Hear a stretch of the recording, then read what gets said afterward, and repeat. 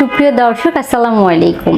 আমাদের ব্যক্তিগত জীবন বা পার্সোনাল লাইফ নামে একটি লাইফ থেকেই থাকে, তো সেই ক্ষেত্রে দেখা যায় যে ছেলেদের তুলনায় মেয়েদের কিন্তু এই বিষয়ে আগ্রহটা অনেকাংশেই কম থাকে, বা সামাজিকতার জন্য বা পারিপার্শ্বিকতার জন্য বা বেড়ে ওঠার যেই কালচারটি থাকে সেটার ক্ষেত্রেও কিন্তু অনেকের কাছে এটি একটি অনাগ্রহের কারণ হয়ে দাঁড়ায়। অনেকের ক্ষেত্রে শারীরিক জটিলতার জন্য হতে পারে, ও অনেকের ক্ষেত্রে কোনো মেডিকেশন বা কোনো ওষুধের পার্শ্ব প্রতিক্রিয়ার জন্য হতে পারে, আবার অনেকের ক্ষেত্রে সামাজিকতার জন্য একটি বড় কারণ হিসাবে যেটি আসলে আমাদের সামনে আসে সেই সমস্যার জন্য হতে পারে।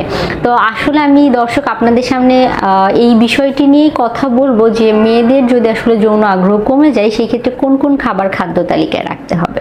সবার প্রথমেই বলবো খাদ্য তালিকায় অবশ্যই আয়রন এবং জিঙ্ক সমৃদ্ধ খাবার রাখার চেষ্টা করতে হবে।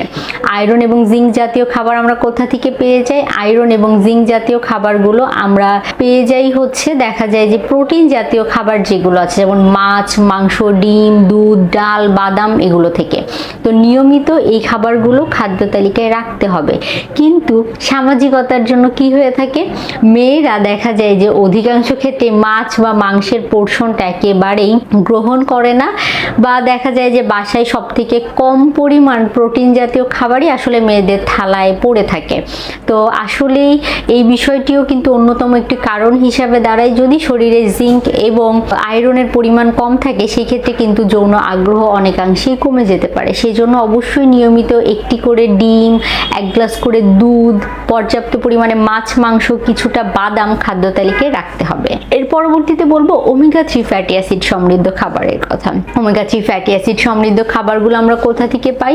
বিভিন্ন সামুদ্রিক মাছ, বাদাম, বিভিন্ন বিচি, যেমন মিষ্টি কুমড়ার বিচি, সিমের বিচি হতে পারে, তারপরে হতে পারে ফ্ল্যাক্সিড, হতে পারে মিষ্টি কুমড়ার বিচি, এইগুলো থেকে কিন্তু আমরা পেয়ে যেতে পারি ওমেগা 3 ফ্যাটি অ্যাসিড। কাঠবাদাম, কাজু বাদাম বা ওয়ালনাট যেটি আছে বা আখরোট, এগুলো থেকে ওমেগা 3 ফ্যাটি অ্যাসিড পাওয়া যায়।